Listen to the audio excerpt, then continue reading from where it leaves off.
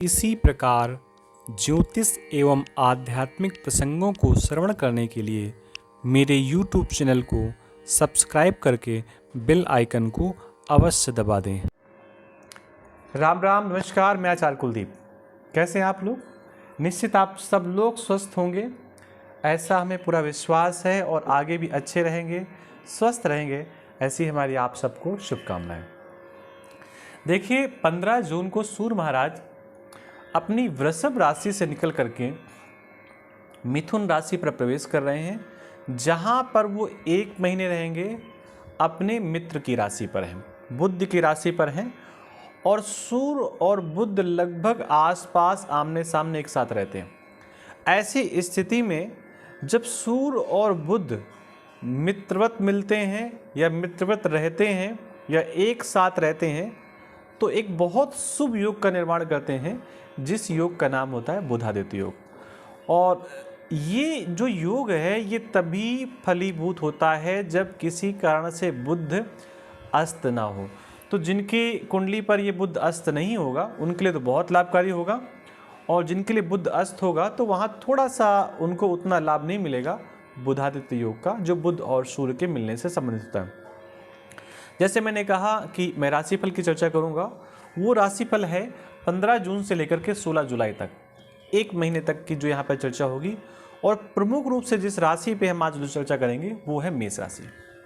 देखिए, आप अगर मेष राशि के जातक हैं तो कुछ क्वालिटियां आप में होंगी, उसको वैसे समझिए। जो चंद्रमा है, जिस नंबर की राशि पर बैठता है, जिस राशि पर बैठता है वही उसकी राशि बन जाती है।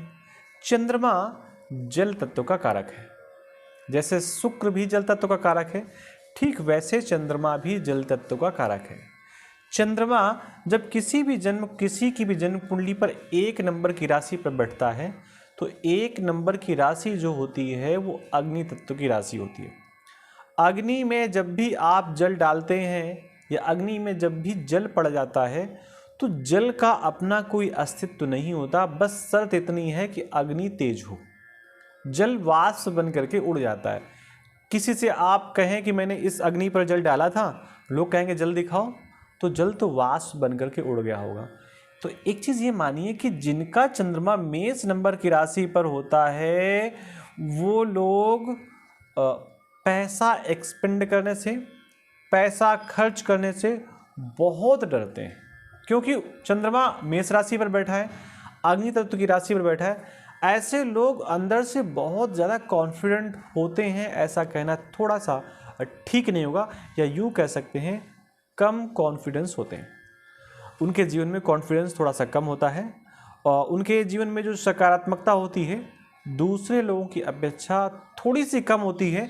लेकिन एक विशेष बात ये होती है कि चंद्रमा आगे जैसे उच्च राशि को बढ़ रहा होता है तो मन में उत्साह जरूर होता है, लेकिन फिर भी थोड़ा सा कमज़ोर, बहुत तेज वाला उत्साह नहीं होता है।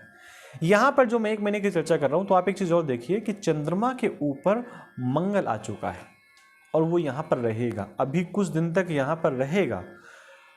एक तो चंद्रमा मेष राशि पर बैठा हुआ है, आप मेष राशि के जातक हैं, चंद्रमा ऑलरेडी थोड़ा सा यहाँ पर वीक है, ऊपर से मंगल भी आकर के और ऊर्जा उत्पन्न कर रहा है और अपने घर पे ऊर्जा उत्पन्न कर रहा है। मंगल अग्नि तत्व वाला ग्रह है, यानी कि ये महीने थोड़ा सा आपको मानसिक अशांति हो सकती है।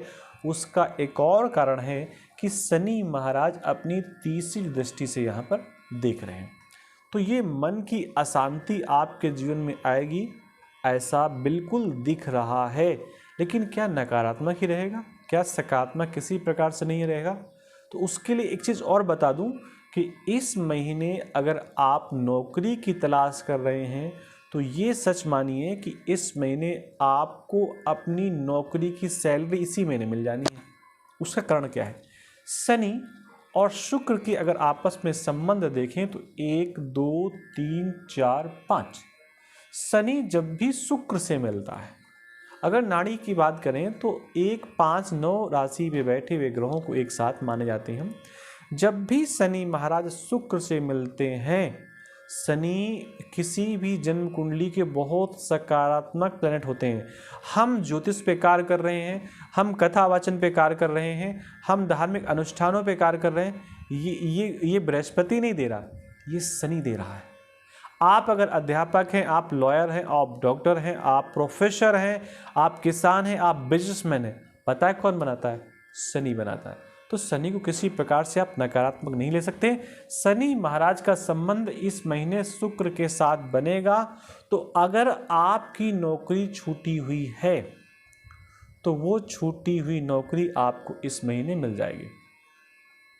अगर आप व्यापार शुरू करना चाह रहे थे अभी तक और किसी कारण से शुरू नहीं कर पाए, तो इस महीने व्यापार आप शुरू कर सकते हैं। व्यापार शुरू करने का शुभ मुहूर्त है। एक बात और भी है, अगर आप पहली बार नौकरी की तलाश कर रहे हैं तो ये मानिए ये 15 जून से लेकर के 16 जुलाई के मध्य आपकी पहली बार नौकरी भी लग सकती है। और विशेष बात, आपको इसी महीने आपको अपनी पहली सैलरी मिलने का पूरा चांस दिखाई दे रहा है। जैसा कि मैंने बताया कि मैं सूर्य से बात करूंगा, तो सूर्य बुध और शुक्र का कॉम्बिनेशन है, ऊपर से शनि की दृष्टि है। अगर आप किसी सरकारी नौकरी के बारे में तैयारी कर रहे हैं और वो इस महीने उसका रिजल्ट आना है, तो जो रिजल्ट आएगा वो आपके पक्ष में आएगा, इसमें कहीं कोई संदेह नहीं है। बस शर्त थोड़ी सी इतनी है कि केतु, राहु और मंगल अगर इस कॉम्बिनेशन को देख रहे होंगे तो जो मैं बात कह रहा हूँ ये बात थोड़ी सी कमज़ोर हो सकती है। मंगल, राहु और केतु अगर इस कॉम्बिनेशन को नहीं देखेंगे तो निश्चित माने इस महीने आपकी सरकारी नौकरी का जो रिजल्ट आएगा वो आपके पक्ष में आएगा। ऐसा बिल्कुल यहाँ पर जन्म कुंडली पर दिखाई दे रहा है। अब एक चीज़ और भी होती है कि एक राशि पर 2.25 नक्षत्र होते हैं और उसके बाद 9 चरण होते हैं। 9 चरणों के अलग अलग देवता होते हैं और उनके अलग अलग अपने स्वामी होते हैं।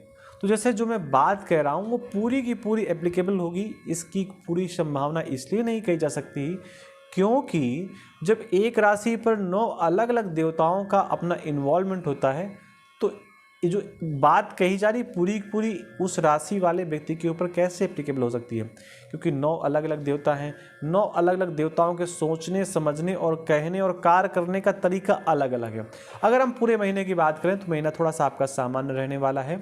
आपको प्रयास करना चाहिए कि उग्रता में कोई ऐसा निर्णय न कर लें जो आपके शरीर को, आपके परिवार को, आपके स्वास्थ्य को किसी भी प्रकार से डिस्टर्ब करने का प्रयास करें। अगर आप शिक्षित हैं या शिक्षा के क्षेत्र में आगे बढ़ना चाहते हैं, शिक्षा में इंटरेस्ट लेते हैं, तो ऐसी स्थिति पे ये महीना आपके लिए बहुत अच्छा है। आपको नई नई किताबें, नई नई नॉलेज और नए नए आपको कार्य करने का मौका मिलेगा, इसमें कहीं कोई संदेह नहीं है। एक चीज़ और भी है, इस महीने अगर हम बात करें तो थोड़ा सा शनि महाराज की जो दृष्टि है चंद्रमा के ऊपर होने के कारण आपको थोड़ी सी उलझन हो सकती है। इस महीने ऐसा आपके जीवन में आ सकता है।